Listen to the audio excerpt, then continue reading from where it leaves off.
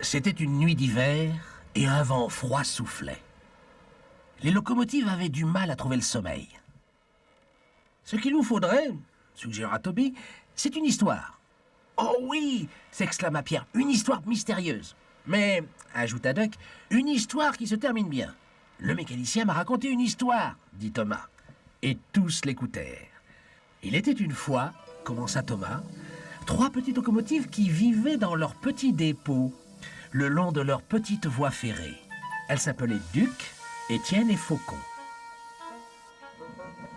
Duc était le plus âgé et tenait son nom de son excellence, le duc de Sonore. Il en était très fier et aimait beaucoup veiller sur les petites locomotives.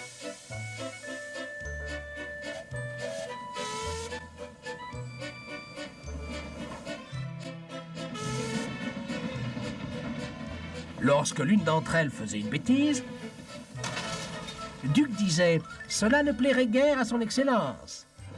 D'autres locomotives vinrent et repartirent. Mais Duc restait là. Étienne et Faucon l'appelaient Grand Souffle. Ils l'adoraient, mais en avaient assez de l'entendre parler de son excellence.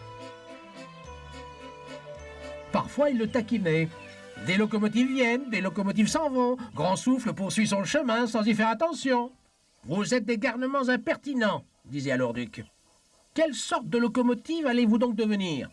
Ne t'inquiète pas, Grand Souffle, on n'est jeune qu'une fois. Vous feriez bien de faire attention si vous ne voulez pas terminer comme Craspouille.